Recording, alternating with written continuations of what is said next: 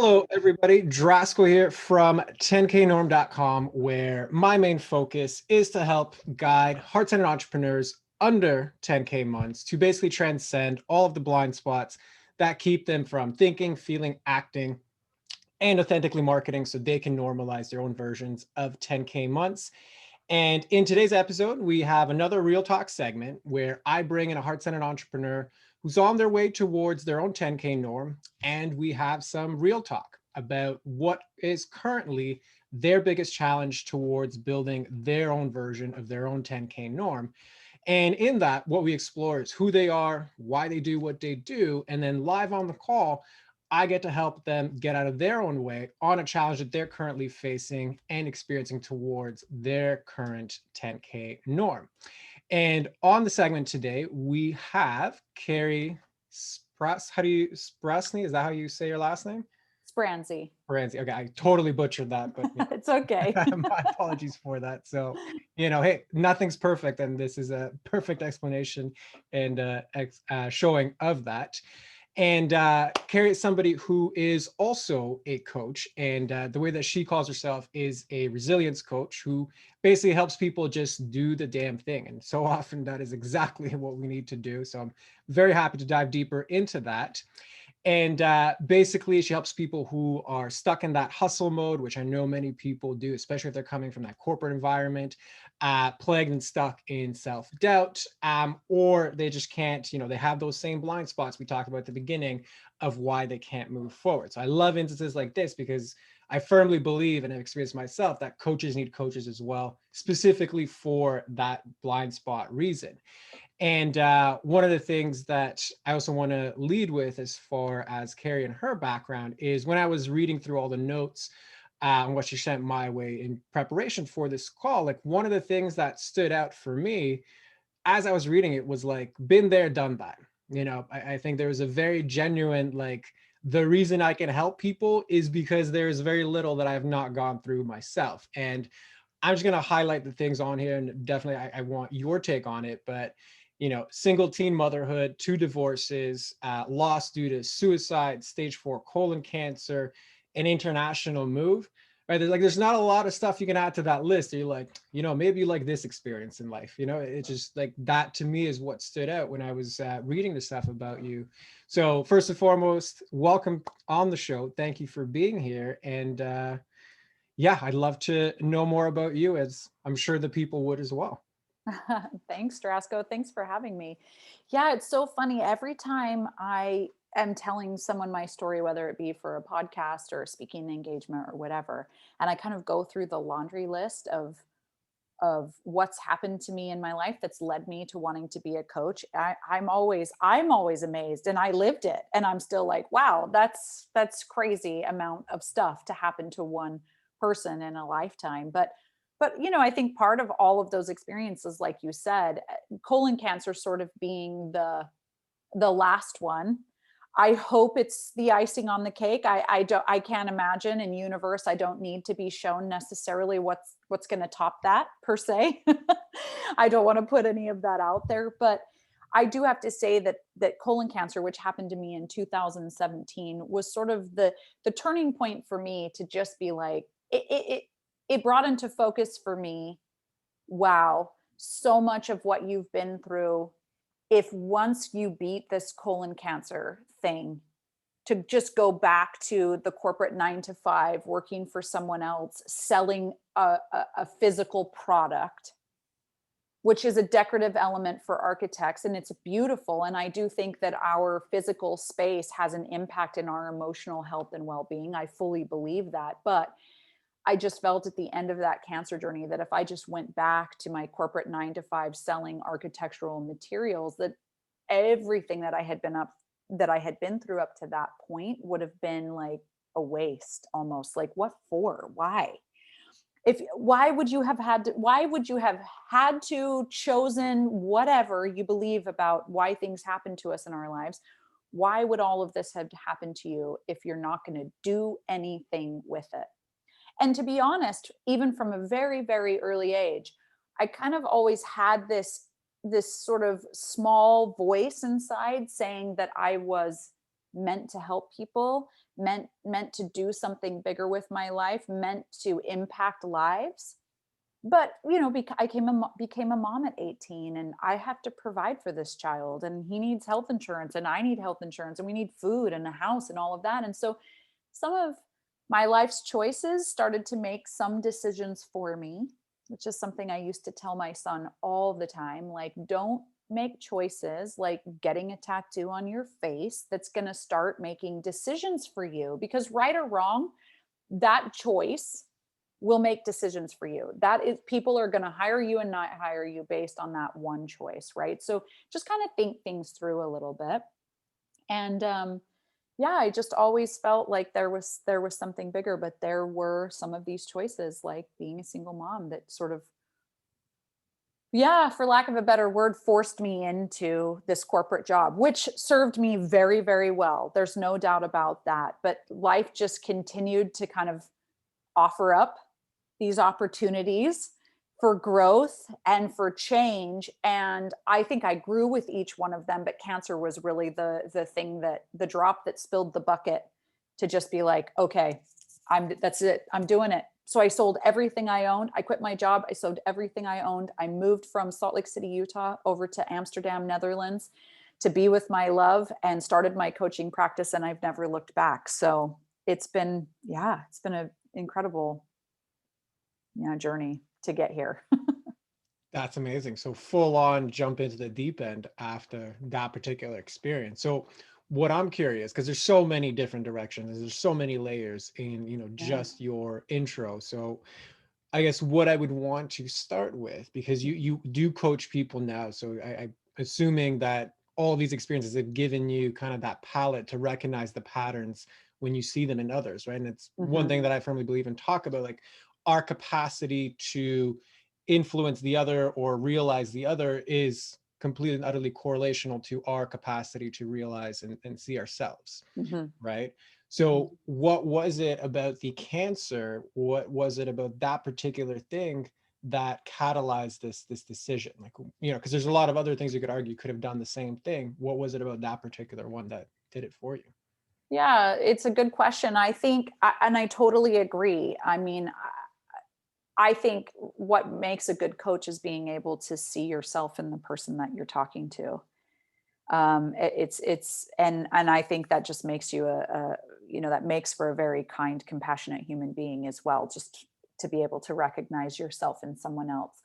But yeah, to your question, the thing I think that cancer catalyzed for me to have it be the event in all of the events that I'd experienced, to be the one that was like, okay, I'm ready to jump. Let's jump. We're going to just jump right into the deep end. Well, I think was because literally at a certain point during my cancer journey, the doctor said to me, "We don't know that you're going to survive. This cancer has grown in such a way and is in an area of your body that the only way to remove it is surgery, and it is life threatening." And I was 41. My son was 23 and I was 41, and I was, just a few years into, well, I was 6 months into my current husband and I being full on, but we had kind of been off and on for a few years before that. And then 6 months prior, we had decided, okay, we're going to do this. We're all in, we're going to make this work. We're going to figure it out. He's Dutch and was living in Amsterdam, and I was living in Salt Lake City. And we just were like, okay, let's do this. And then I get cancer. And then the doctors tell me about 6 months after that, I was diagnosed in January of 2017. And in July of 2017, the doctor said, "We don't know that you're going to survive it. We're going to do everything we can. But first, we don't know that you'll survive it. So get your affairs in order." So my 23-year-old son and I did my will. We put everything I own in a trust, because that's easier to do than dealing with probate court and all of that. I gave him all the passwords. Like, I buttoned everything up. I cleaned up my side of the street with, I told all the people in my life how much I loved them and what they meant to me. I told the people in my life that I thought I needed, that I had wounded or hurt in some way, and I apologized and asked for forgiveness and wished them love. And I did all of those things thinking that I was going to die. And then got wheeled into the operating room with my whole family and my current husband standing there, my son as well, as if I was never going to see them again. I didn't know. They were wheeling me away. Anesthesia was kicking in, and I didn't know if that was going to be it. Like that was could have very well have been my last moments. And I just thought, this is bullshit. 41 years? No. And when you're young, you think 41, Jesus, that's so old. Like, oh my God, 41. I mean, like, I'm ancient. No, I'm 45 now, and I feel better than I have ever felt in my life. But at 41, I was like, this is super unfair. I only get 41 years on this planet. If I had known, I would not have been afraid. I would not have let fear run my life. I would have jumped in the deep end every single time, every single opportunity. I would have done the damn thing. I would have opened up my wellness retreat in Moab, Utah, and bought and made that thing happen and figured it out. My son would have been fine. Like, I would have just done things differently. At least I thought. Right now, granted, I also know that all the choices and decisions I'd made up into that point gave me the life that I have. But I think it was that moment where, like, I didn't know if I was going to wake up again, that I thought, I'm not going to waste another moment living in fear. Not that I had felt that I had wasted my life up until that point. I don't think I would have said that. And I didn't feel like I had wasted my life. But at that moment, I just said, never again am I going to let fear make decisions for me.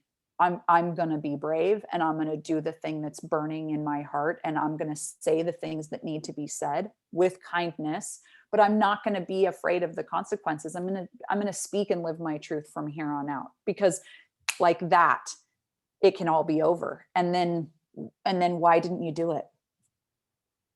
So yeah, that I think that's the reason why now was the time for me. Now was the time.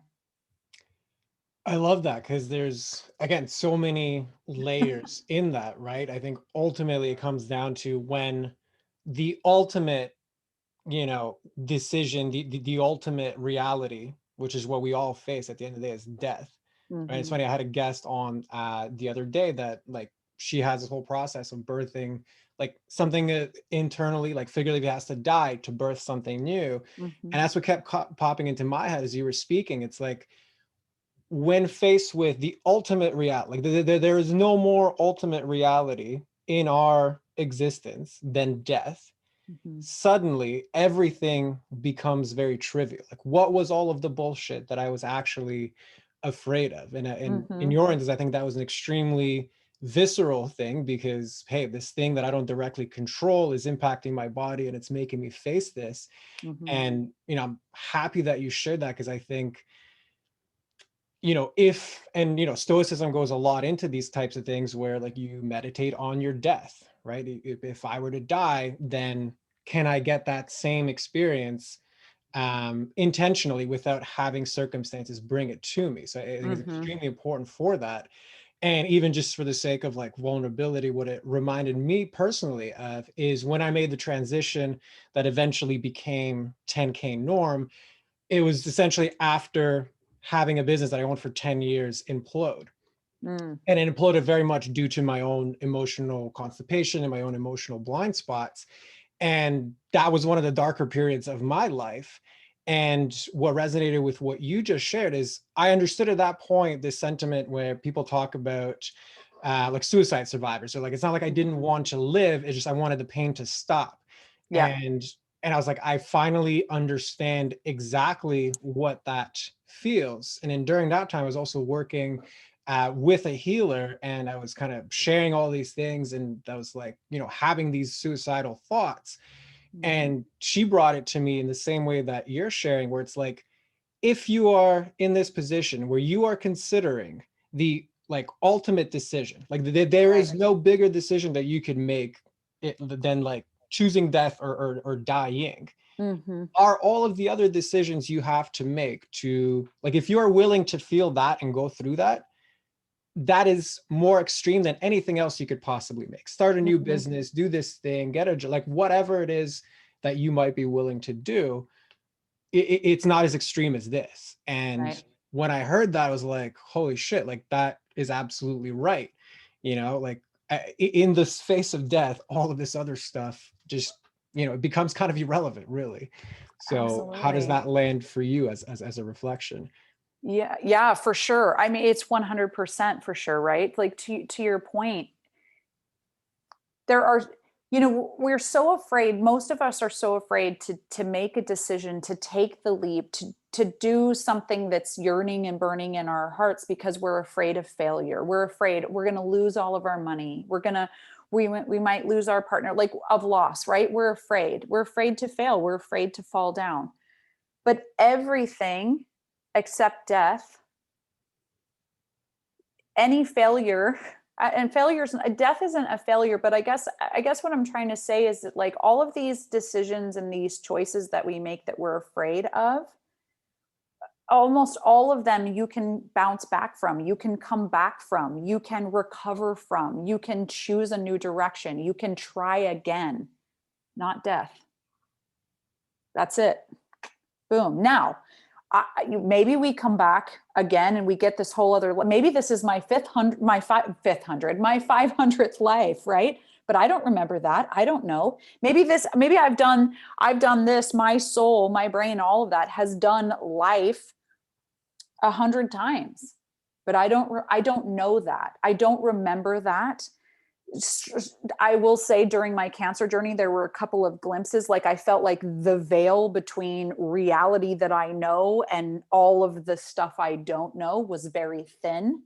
And I had some crazy experiences with the spirit world and relatives that had passed, and some really incredible, um, yeah, experiences during that time. But you die, and that's it. So that it spoke so much to me. I got a little bit teary eyed, actually, thinking about that, because that surgery that I was mentioning to you, where my life was threatened, and my son and I did all of that in preparation for it. Obviously I survived it because I'm talking to you today, but 1 month to the day after that surgery with me, my son's father took his own life. Wow. So my son had to face potentially losing me, and we went through all of that. And then a month later, he really lost his father. And when you were saying that, like, most people don't want to die, they just want the pain to end, I instantly got the shot to my heart thinking about my son's father. And I think that was absolutely 100% true for him. He didn't want to miss his son's life, and he had 3 other kids, so he didn't want to miss the lives of his 4 kids. And now our son, my son, has a child, so I'm a grandma now. He didn't want to miss all of that, but he just wanted his pain to end, and he made the ultimate decision that he can't take back. That's it. That's done. And so when you were saying that just, like, had he heard that, had he thought about it in that way, had someone been able to communicate that sentiment to him, would that have been enough to have him see that, like, all of the decisions and all the things that had led up to that point were, I don't want to say less than, because it's not really about comparison, but were all things that he could change, that he could bounce back from, that he could shift and morph into, make and mold and keep trying again, and create the life that he wanted to live. But he made this one decision, and then that's it. That's it. We don't have him anymore. And it's heartbreaking, because our grandson is the most amazing thing on the entire planet. And in my heart, I believe that he's experiencing him, but our grandson is not experiencing his grandpa. And that's heartbreaking. Yeah, like it's happening on a more, energetic, I guess, less humanly visceral level. Mm-hmm. So yeah, I feel that as well. And I definitely agree with your sentiment with regards to, maybe this is the 500th or the whatever 500th life that I've Right. lived as well. But it's also the other part of the question is we don't know, is like, is it the 500th life as me as I am right now? Right. Right. Because Mm-hmm. even like that also is kind of the scarcity of life, which is, if it's not this experience, it might be another one, but like I don't know that as like my current avatar. So I think that's also extremely important. And I think when you put that into, And again, it's easy to talk about kind of in isolation passively, like in the moment where like I'm afraid to like post this marketing thing. Sure. You're not really talking like thinking about the grander picture of like Mm-hmm. death and like who am I and what's my real thing. I think the centering of that is important in what we do, but just not somewhere that we go to quite often. Yeah. So my question to you then, or the follow-up comment, however you want to look at it, is how do you bring, or do you bring those experiences in your day-to-day as a centering, either for yourself or for your clients? Like, is that something that happens or no? Yeah, I mean, I think one of the things that I try to remember for myself personally as it relates to like my business and marketing and putting that out there is that I do try to like check in with my gut, because sometimes I think like, am I being too personal, or am I being too graphic, with my post or my story about to get my point across. Am I being too graphic with my cancer journey, or am I sharing too much about like the divorce from my second husband and how that all went down, and the infidelity and things like that on my part, the infidelity on my part. And sometimes I feel like, but then I stop and I try to take a breath, and I'm like, no, what is the intention behind why you're wanting to share this? It's not for attention for me. It's not because I want all of the likes and I want, the sympathy. No, it's because I'm trying to show that I'm human and we all make mistakes and we can move through it. And there are lessons to be learned there. One of the phrases that I say all of the time is find your jomo. And for me, jomo stands for the joy of moving on. And that for me is how I build resilience. It's like shitty things happen to us, either because of choices and decisions that we have made, or because just life happens. Like, you know, we could argue and have a whole nother episode about like how in some previous life I chose cancer. And in some ways in my heart, like I do believe that that's true, that in a previous life or a previous existence, I said, I want to learn a particular lesson. And the universe said, okay, fine, you're going to have cancer. It's going to be 18 months. And in the realm and thought of eternity, I was like, fine, no big deal. Yeah, give it to me. But then I'm here and I forget all of that. And I'm like, oh, WTF, what's happening? This is unfair. Why, you know? The jomo, the joy of moving on, is about how can you look at what's happened in your life and pick apart the pieces that have made you stronger, that have taught you a lesson, and use that to find joy in where you are now. So I do look at those types of things, but then with my clients, what I try to remind them is like, I know that this is really hard right now, what's going on, and that it feels really big and it feels like you're never going to get past it. But I want to remind you that you have been through 100% of your worst days ever. You've made it through. This is another one of those worst days ever, and you will make it through.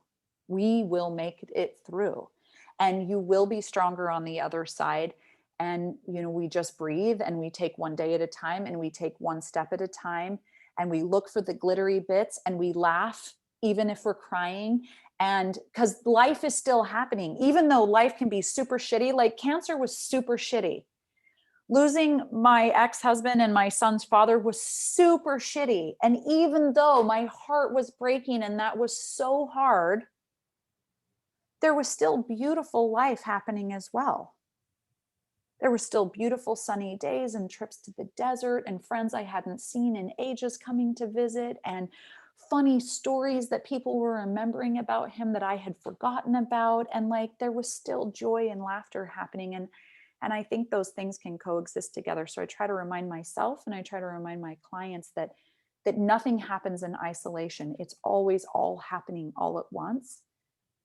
And feel the sadness and feel and like lean into what's going on, but don't shut out the other stuff that's happening too. Yeah, that full spectrum of the Mm-hmm. human experience, right? Like Mm-hmm. where, it's duality, it's we don't know joy if we don't know pain, and vice Yeah. versa. I Mm-hmm. completely agree with you that that is the ultimate grounding experience. And I love that, like jomo, right? It's where is the next Mm-hmm. thread of joy. Like that's ultimately where I want to look, because the suffering is in the staying of what is inevitable, which is the pain, right? Like the That's right. pain is a real visceral human state, but the choice to stay there is, the suffering, right? So I think that Yeah. is such a good way to develop your own North Star. And the other part that kind of resonated with me as you were speaking was, you kind of started that whole bit saying, if, my ex had known what I had shared about, it's not that I want to die, it's that I want the pain to go away.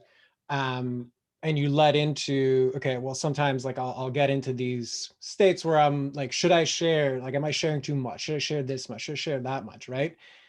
And what I want to connect both for you and for listeners, because this comes up all the time as far as like authentic marketing, right? Hmm. It's not about necessarily what it is that you say as much as how it is it that you're showing up, Hmm. right? So when people hesitate to really show their full self, right, what they are denying is their own light to other people. Because at the Hmm. end of the day, we are all like, the world is a mirror for what it is that's happening internally. So it's Hmm. unavoidable that whatever it is that we say, it will trigger somebody in some ways, because everything is a reflection, right? Us dimming our own light, okay, only ensures that the people who really need to see it don't actually see it, right? It's kind of Hmm. like if you were a lighthouse, but that lighthouse, like, let me only turn it up like halfway. Like, is it really Hmm. helping all of the ships that could be coming to where it is that they need to come to, right? And Hmm. even in this instance, if I had, you know, gone into that space of the fear of being like, okay, well, am I sharing too much? And like, should I be talking where it's like her episode? And like, you know what I mean? Like, maybe Hmm. this will also help somebody, much like you said, it might have helped, your ex. So Yeah. I just wanted to kind of bring that together, because I think it's such an important point for people to remember that, we can understand your mess becomes your message, but the reality of sitting and sharing your mess has much more to do with overcoming your own resistance and, finding that jomo, or finding that, North Star that's going to pull you through that turbulence of that resistance. Has much less to do with the intellectual understanding of I probably should do that. Hmm. So thank you for sharing that piece, because I think it's super, super important. Yeah, I do think it's important. And I think one of the checks, what you said, that your message is in your mess. And I totally believe that that's true. But I also want to be sure that I'm keeping myself in check, that I'm not just putting my mess out there for some sort of like ego reward, that there is an intention behind why I'm sharing this part of my story. Because it's not about ego. I want to I'm sharing a part of my story because I want to highlight either the what I gained on the other side, the mistakes that I made, so that you can learn from my example, or so that you don't feel so alone and isolated like it happens to everyone. Like, because, particularly on social media and email and all of this, it can appear from the outside in that everyone else is doing it so much better than you are, and everyone else has it together so much better than you are, and nobody feels this way, and nobody makes these mistakes, and all of this, and it's simply not true. And so I really also try to tell my story with the intention behind, to be like, hey, you're not alone, we all make mistakes, and we can stand back up, we can dust ourselves off, and we can try again, we can get a take two, we can keep going, we can keep moving forward. It's not the end of the world. It might be painful, and you might make mistakes and hurt other people. I certainly have hurt people in my life by some of my choices, and I can always go back and apologize, and like their life just keeps happening. So I think it's important, at least for me, and that's the check that I do whenever I'm doing my marketing and trying to write my blog posts and email my list and talk to my clients and all of that. It's like, am I telling this story to help them, to help move someone along, to be a lighthouse, to use your word, or am I telling this story just because like it serves my ego in some way? And that is a really that is a point that I try to check in with myself often on that. Yeah, and I would reflect back that only somebody who has, been through the real life, like who's been through life, who is genuine about what it is that they want to do, would give an answer like that. Mm, And the reason I say that is the self-awareness that goes into that, like, not necessarily speculation, but the inspection of like, what is the reason that I'm doing this thing for, is somebody who's had to face enough pain in themselves to realize like, okay, when am I kind of lying to myself? When am I not? Right? Because I Mm-hmm. totally agree with you. Like the genesis of the thing becomes the thing, right? Mm-hmm. Meaning the energy that we put into something, like that's the input, it will affect the output, right? So we can Mm-hmm. both say the same thing, right? If you say it with hate, you'll probably get a hateful response. But if, I say it with love, I'm more likely to get a loving response. So Mm-hmm. I do agree with you 100% that that intent completely and utterly matters. Um, as long as it then doesn't, like, it's not hijacked by that inner critic. And then you're like, well, I shouldn't post because like I'm trying to like be humble and be good.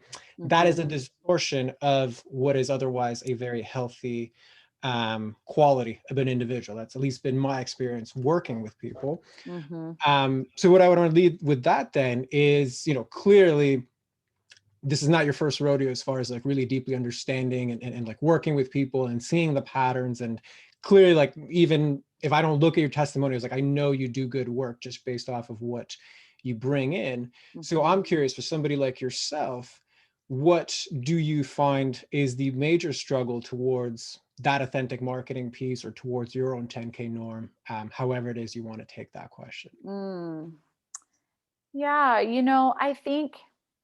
don't know. I think my inner saboteur and sort of the big hurdle that I have to come up with to getting to my 10K norm is that I do sometimes I feel like, God, really, you're going to mention cancer again in this other post, right? And so I think, like my little voice on my shoulder talks about like, is there a new story that you can tell? Is there a new angle that you can tell? Are people getting bored? And I have to remind myself that like, well, some of my favorite people that I love, like Brene Brown, for example, she talks about generous assumptions almost every time she's on something in her books, on her things, because that's her message and that's her core belief, or one of them. Right. And so I try to remind myself of like, we need to hear messages multiple times for it to get ingrained there. And yeah, I think sometimes I would say that sometimes also there's maybe some holding back on my inner stories just because I want to be respectful of the other players in the story and not tell. I mean, we all, life never doesn't ever happen in a vacuum. So we are all living our lives in and amongst other people.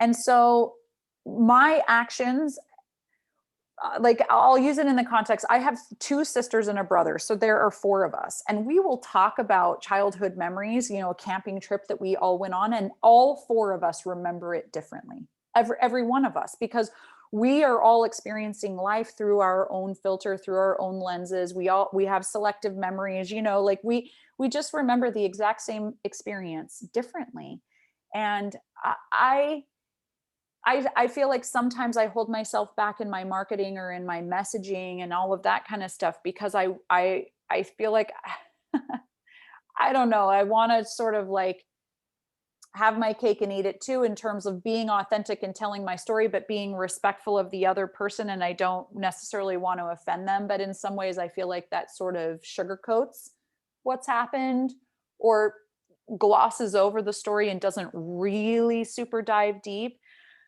That's not so much the case one-on-one when I'm coaching with someone, because I know no one else is going to see the recording or see the message or whatever, because I'm just talking one-on-one with this person, and really telling them the nitty-gritty of what went down is going to help them see that they're not alone or that there's a way out and all of those types of things. But in sort of my mass marketing and in my business and trying to connect with people, I think sometimes I do gloss over stuff because I just maybe I want to not tell someone else's side of the story, maybe, or start to get hate mail because they're like, that's not how it went down, this is how it happened. And so then I don't know, did I even answer the question? I mean, listen, whatever comes up is exactly what needed to come up. So it's not up to me to Yeah. specify that piece. I guess a follow-up question that I would have then is actually, okay, clarifying question first, right? So right now, it kind of sounds to me like I'm not being 100% as authentic as I would like to be in my messaging. Like, is that accurate or no?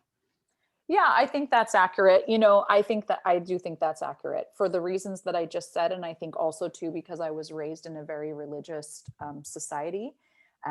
It's coming from Salt Lake City, Utah. I was raised LDS and all of that. And so in my day to day life and speaking with people, I curse and I just speak like a regular human being. But I find myself in my writing and that type of stuff and on my website, like making it a little PG instead of maybe a little more R rated. And it feels like, God, why don't, like, just be you. And if you just put that stuff out there and write it the way that you would say it, if you were talking to your best friend, yeah, some people are going to be like, she's not for me, but that's okay. Cause I can't be for everybody. But yeah, there does seem to be this thing where I hold myself back for those reasons. Like I'm not being fully 100% me. And if you were 100% you, then what? Maybe the writing would come easier. The thinking about my social media feed might be a little bit more real. It's not super glossed over and filtered, but it might be even more real. And I think all that it would do is it would just be a bigger magnet for the people that I'm really meant to help. I would be that brighter lighthouse, like you said, and the ships further out at sea would see me instead of the ones a little bit closer in the calmer water, but the ones way out there, really in the eye of the storm, might be able to see me. Got it. Okay. And if you were to shine that brightly so that the far, reaching ships could see you, Mm-hmm. what would happen then? Well, I think then like 10K months would be, it wouldn't even be a thing. It would be the norm. To go back to I just think that business would be easier. Acquire clients would be coming. I would be having, I wouldn't have enough time to help the amount of people that would be coming to my shores asking for help, like that would be flocking to me because that my message and who I am and my personality would resonate them. I think that I would have a different problem, which would be, how in the hell do I serve all of these people? How do I help all of these people? I'm one person. How can I make this happen? And it would just catapult me to the next step without even having to do too much more work to get them there, other than to just be myself. Well, what a great way to keep yourself where you are. If the threat to all of this is helping too many people, God forbid we help too many people and have that I problem. know. But you know what, though, as a coach, like how many times are we as coaches listening to our clients and we're like, yeah, terrible. That sounds awful. Like, I mean, yeah, I would continue to hold yourself back so that you help fewer people. And I think that's one of the beautiful things of why I love being a coach, is because I can see that so often in other people. And frankly, I feel like so often I'm coaching someone else, and like you said, they are a mirror back to me. So some of the struggles that they're going through that I'm coaching them through, I recognize in myself, like, oh yeah, I see a little bit of that going on.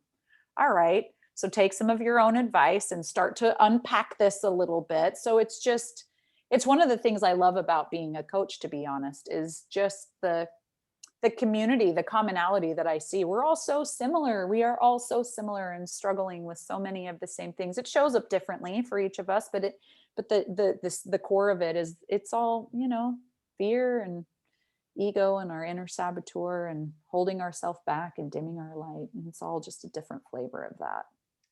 100% agreed. And Yeah. knowing that, how would you then coach yourself in this particular instance regarding the authenticity?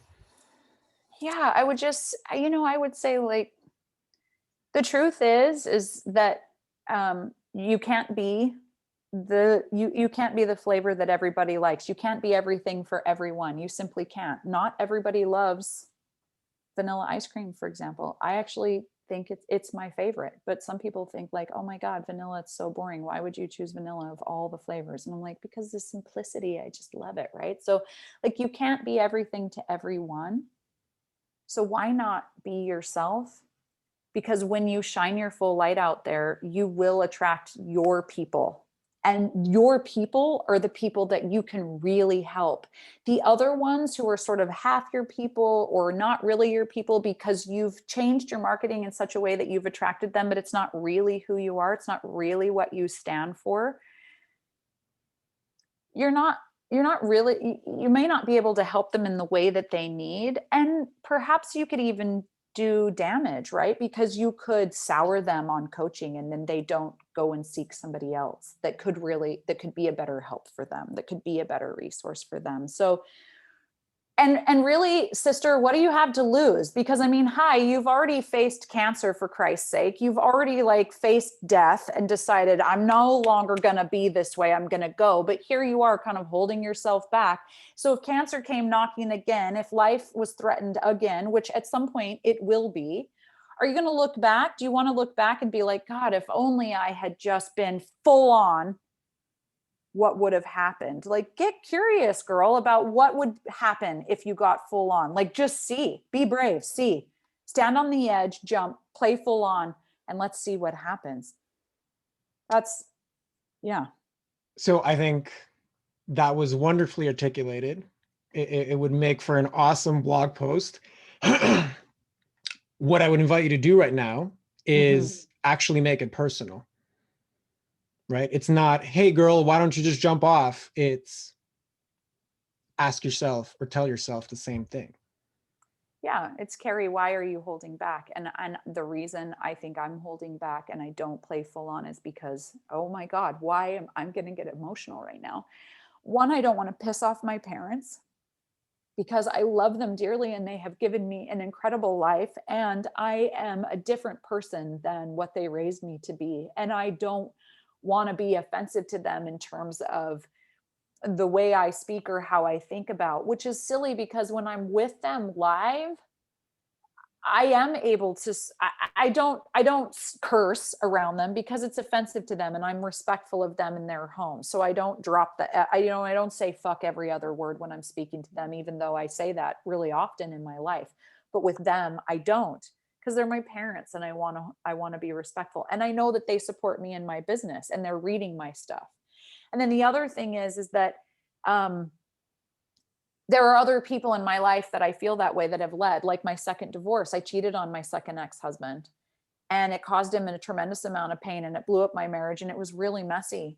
And I learned a lot from it and I'm not proud of it and he didn't deserve it. And it's something that happened, but I don't think of myself as, I'm not ashamed of what I did, but I also know that like, I want to tell my story in a way that doesn't continue to hurt him. And I don't know actually that I can control that, right? Like I just have to tell my side of the story and then how he experiences it is how he experiences it. But I know for sure that I hold myself back for that because I don't want to cause him any more pain and I don't want to cause my parents pain. And so I try to walk the middle line, which I think is effective to a point, but it's not fully truly who I am.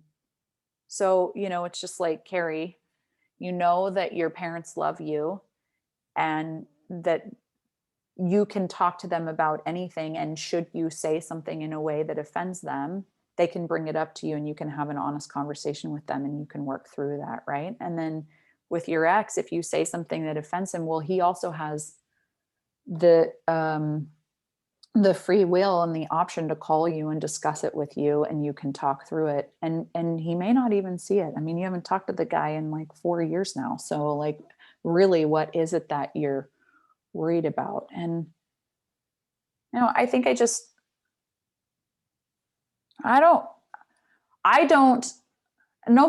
don't like hurting people. I'm the jomo girl. I'm the girl that's all about like joy and moving on and happiness and seeing the bright side. And sometimes when I show when I talk honestly about what's happened, it feels maybe counterintuitive. Like, But I would say you are hurting somebody. Yeah, me. Right now, sure. You're hurting yourself. Yeah. Yeah, it's true. It's true. Sometimes it causes me days of thinking like, oh, should I say it, and rewriting and rewriting it and rewriting it.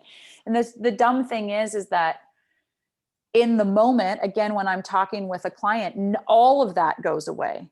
So, And I'm just going to interrupt you for, Yes, please. because, and the reason why, it's not because I necessarily want to interrupt you. It's because you are so smart and you do understand the situation very well. You do understand the interwoven aspects. Mm-hmm. Okay.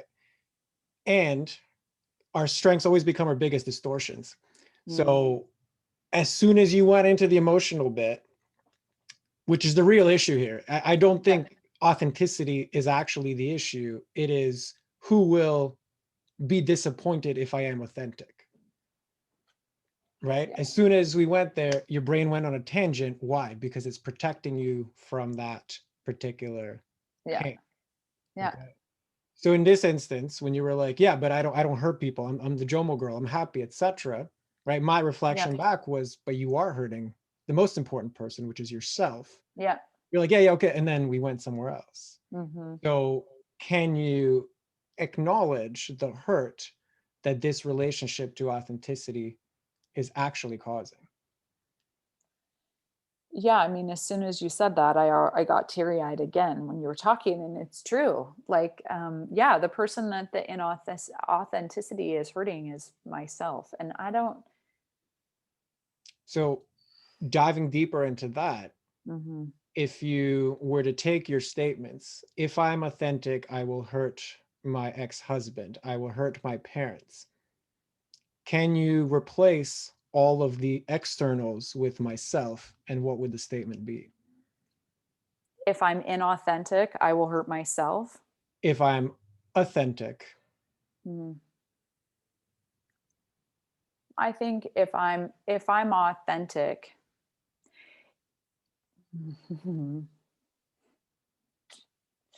Drasco. If I am authentic, then I will expose a side of myself that has never felt enough, that has never felt enough. And I don't know where the origin of that never feeling enough is, because I just don't know where that comes from. My parents loved me unconditional. They still do. I spoke to them today. Like that, I don't know where that comes from, but I've never felt enough. And if I expose myself authentically, then I will be putting that flag of not enough out there. I'll be showing people that I think that I'm not enough. And then will they trust me to coach them? Will they think that I'm enough? Will people believe in me? Will I believe in me? Do I believe in me? I feel like I do believe in me. I've been through so much. I feel like I'm a rock star. I can do it. I can do this life. And I can do it with flair and with gusto and all of that type of stuff, right? And but yeah, I've just never felt enough. And that is what has led to so much of where my life has become, with the hustling. And I mean, frankly, me never feeling enough led to the infidelity, right? Like it's that has been a running theme in my life forever, as long as I can remember. And if I'm fully authentic, then I'll tell the world that I feel that way about myself. And that feels really, really scary. And that if I do that, then 10K months and a thriving business and helping thousands of people and having them come to my shores because my light is so bright, it won't happen. They won't believe me. well, sounds to me like you figured out what the missing piece in your authentic marketing actually is. Yeah, sounds like it. So get ready, I guess, for some crazy stories, people. Hey, listen, that's what this is all about, crazy stories. So thank you for sharing yours, because that was Yeah. kind of what, you know, I wanted that specifically to, not say I wanted it to happen, but it was just when I, like one of the most common things that I see when I work with clients, and this has certainly been true in my life as well, is people that are smart, people that get it, people that have been through stuff, they can see the patterns that are intellectually like very dominant. Hmm. That can serve us so well. But as a distortion, it leaves us completely and utterly always falling into doom loops. Why?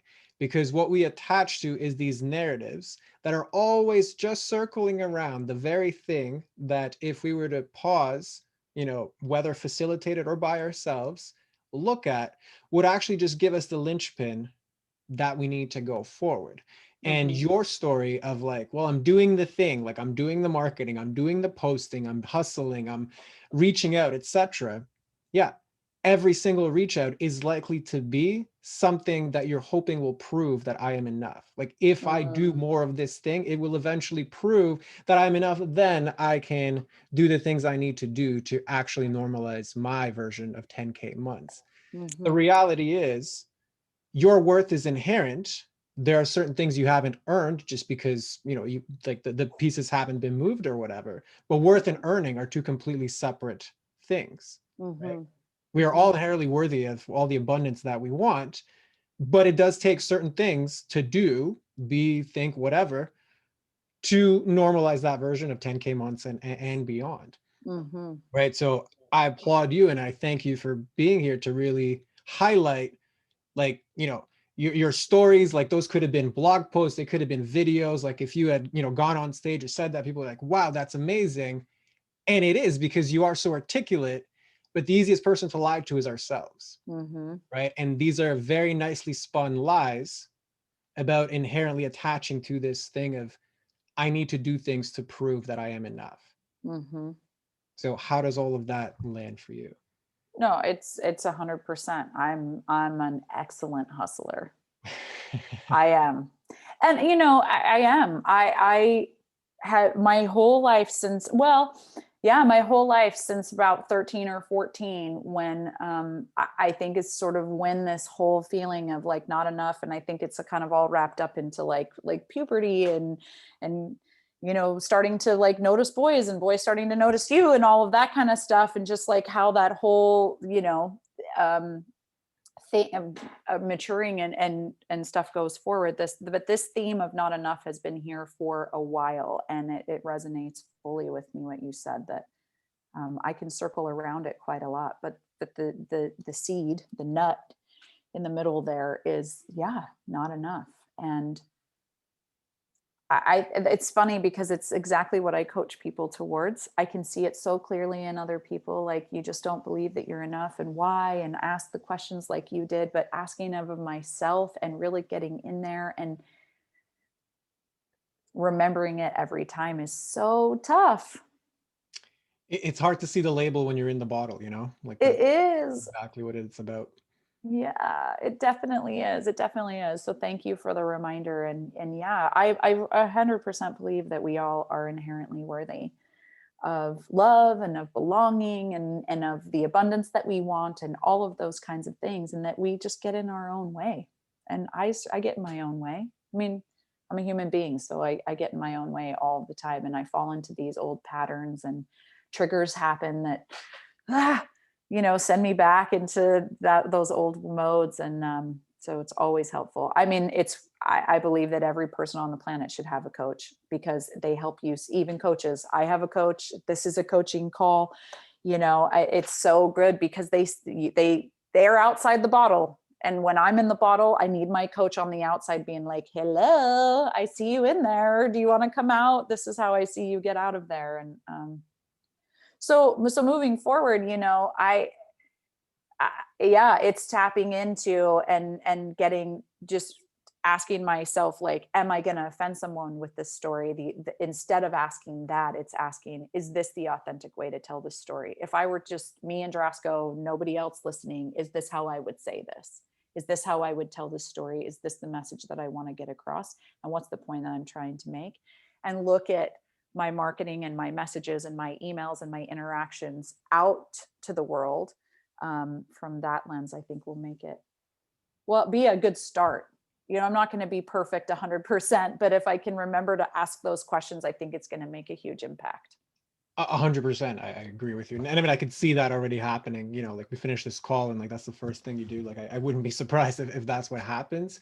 Mm-hmm. What I would say, and kind of tie that into, like, if we could tie it in together, like one of the things that we do even in the 10K norm program, right? Like the program actually doesn't start with anything related to marketing. And that's the reason is specifically what you just mentioned and shown is, I could have the perfect strategy. I can know the perfect template of how to write and record a video, do whatever it is that you do for your marketing. Mm-hmm. But if behind that, I don't know how to self-coach my way through the resistance that's there, whether I don't even know that it's there, or when I realize that it's there, I just usually we just numb it in some shape or form. Right? Mm-hmm. We talked about before, the genesis of the thing becomes the thing. That's the energy we put into the marketing. What do we get? We get lackluster vanilla messaging, right? Like you mentioned Mm-hmm. before. So the real kind of path towards getting to the point where I know what it is that I authentically want to say, and then I'm just using these marketing tools to kind of give it a vehicle, is like thought management, feeling management, right? Being able to be aware enough of my feelings and the alarms that generally tend to go off, we just don't notice, right? Every time we feel something is off, we know it like deep down inside, like, well, I kind of knew that. Like everybody's had that experience, right? Mm-hmm. So it's like, how do I navigate the turbulence of resistance when I do hit that edge?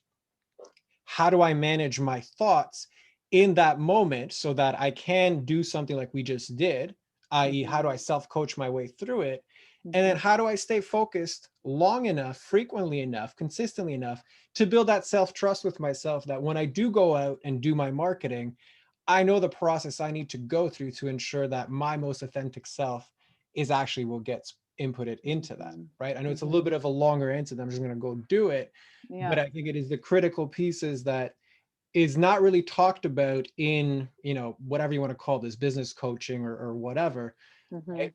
Because I think that is the critical piece that's missing, right? And that's, I think, as we talked about before this call, it's seldom do we have marketing issues. We have personal issues that Mm-hmm. show up in our marketing, right? Totally.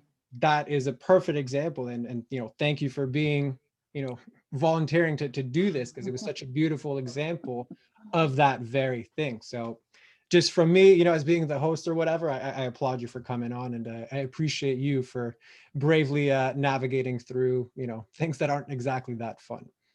Oh, well, thank you. And thanks for getting me out of the bottle and helping me see that this not enough, this pee under my 37, well, I'm 45. So this pee under my 45 mattresses is this not enough pee.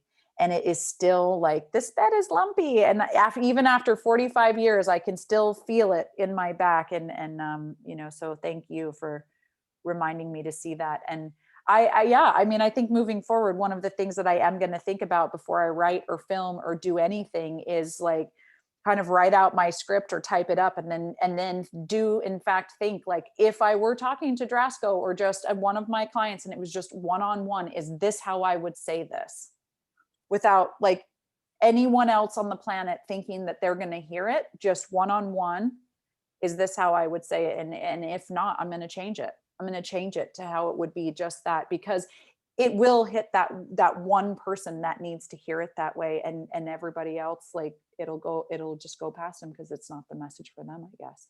And And I that's what. love that, like, reframe, that kind of, another kind of jomo type thing where it's like, this is my North Star. This kind of pulls me and anchors me. Mm-hmm. And the reason I love it is one of the things we often forget about, right? Because a lot of thought management is about, how do I discern what's actually true that I'm attaching to? Like, what is actually reality? And then what am I kind of conjuring and making up? Mm-hmm. So in this instance, because this happens often in many different ways, in your instance, it was, my parents or my ex. In the moment that you are writing, in the moment that you are posting, nobody is actually there, Mm-hmm. right?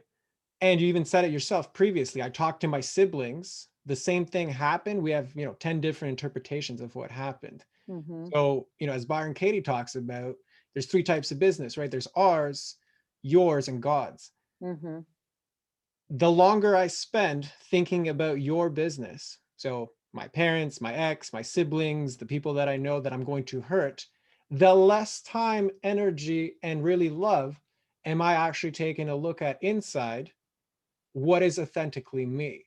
Mm-hmm. Because I could say even the thing that I don't think is going to offend anybody, and somebody else close to me, whatever, will also interpret it bad, Yeah. right? And at the end of the day, they are entitled to their interpretation. I'm entitled to mine. It is mine that is the light that will reflect whatever they need to reflect and it also attract the people that I need to attract. In Mm-hmm. truth, you are speaking. It actually has nothing to do with anybody else. So what I would also add to that piece for you to take away, and for everybody else that has those thoughts, the people you think about are actually only archetypes that your brain uses to really say, my thoughts are judging this. My thoughts Mm. will be heard, Yeah. Yeah. right? Because they don't Mm-hmm. actually exist, Right. right? So It's it's true. just your brain is using the archetype to anchor in, okay, I don't want to think about I'm not good enough because, that sucks. But if I think of this person close to me, like it's close enough archetype that like we'll use this to like not go there. Yeah. Right. And again, going back to the whole thing of like the easiest person to lie to is ourselves. So Mm-hmm. I would just invite you to add that piece, because that comes up so often of like, if I come out and I talk about this, like what's going to happen?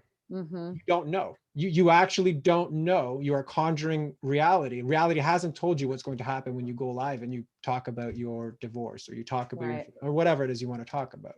Right. It's only when I say it do I actually get the chance for reality to reflect back to me. That's right. Yeah. It's Right. true. Yeah. Yeah, definitely.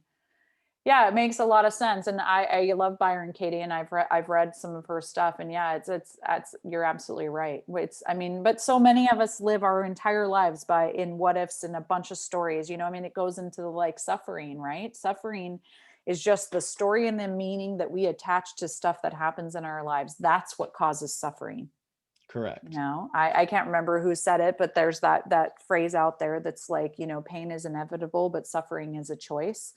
And I truly believe that to be true. And I'm a human being, and so I fall back into my patterns, and the little gremlin starts talking, and I start listening, and then I feed him after midnight, and then I'm in trouble, and then I need to come on a podcast like this and be reminded. Yeah, because why handle the gremlin on its own when you could just do it publicly in front of everyone? Yeah, I'm just gonna, because I'm so afraid of offending people and not being enough. I'm just gonna hang him all my laundry out here on this podcast. We'll just do it like this. It's Well, so as much you easier. started with, right, you just go into the deep end. So I think this is very reflective of that. So I thank you very do. much for all of that. And then just Yeah. to kind of cap it off, how can people get in touch with you? What's the best way for them to reach out to you? What would that be? Yeah, I think the easiest way for people to get in touch with me is from my website, which is careyoncoaching.com. So it's spelled like my name, Karey, on coaching.com. That's the easiest way to get in touch with me. And then I'm on Instagram as well at Karey_on coaching. Awesome. Well, we'll have all of that in the show notes, so you guys can certainly go there if you would like to carry on and to do the damn thing, or That's right. I guess as we're gonna do now, just do the fucking thing, Do the because fucking that will thing. be the authentic bit. So thank you very much for coming. This was Yeah. great, and definitely go check out all of Carey's wonderful stuff. All Thank you, right, Drasco. be there with you guys soon. Take care. On to the next one.